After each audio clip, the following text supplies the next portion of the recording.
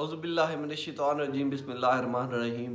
سنن نبی داؤد میں یہ واقعہ ہے۔ ایک دفعہ کا ذکر ہے کہ ایک یہودی نے اپنے بیٹے سے کہا کہ بیٹا بازار جاؤ، بازار میں جا کر سودا لاؤ۔ تو وہ بیٹا جب بازار جاتا ہے، وہاں وہ دیکھتا ہے کہ نبی کریم صلی اللہ علیہ وسلم تشریف لا رہے ہیں، اور اس کی نظریں میرے حضور پر پڑتی ہیں اور میرے حضور اس کو دیکھتے ہیں، تو اس کی نظر میں وہ ایسے کھڑا ہو جاتا ہے کہ وہ سارا دن وہیں کھڑا رہتا ہے۔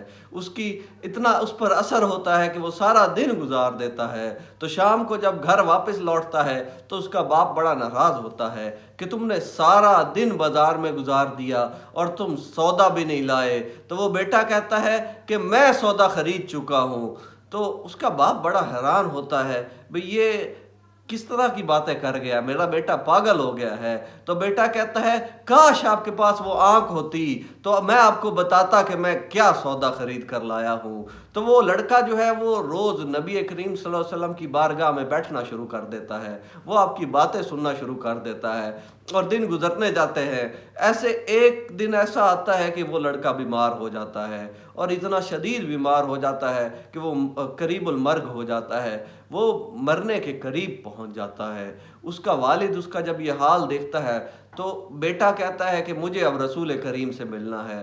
تو اس کا جو والد ہے وہ اس کی آخری خواہش سمجھ کر، آخری تمنا سمجھ کر رسول کریم کی بارگاہ میں پہنچتا ہے۔ آپ صلی اللہ علیہ وسلم کو فرماتا ہے کہ بے شک میں تمہارا دشمن ہوں، میں یہودی ہوں، لیکن میں چاہتا ہوں کہ آپ اس کی آخری خواہش پوری کریں۔ آپ سے وہ بڑی محبت کرتا ہے اور آپ ہی کا نام لیتا ہے۔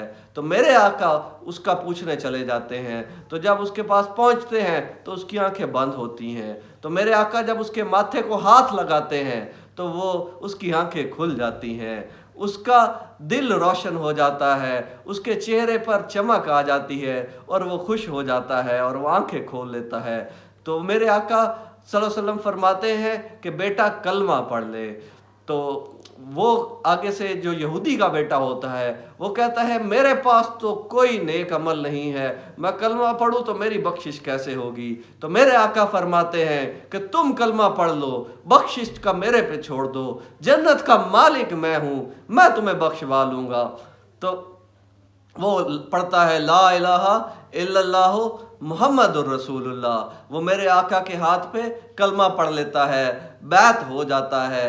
تو جب وہ یہ کلمات کہتا ہے تو اس کی موت واقع ہو جاتی ہے، اور جب اس کی موت واقع ہو جاتی ہے تو دیکھیں اس کی خوش قسمتی کہ حضرت ابو بکر صدیق، حضرت عمر، حضرت عثمان، حضرت علی اس کا جنازہ اٹھاتے ہیں، اور میرے آقا آگے چلتے جاتے ہیں۔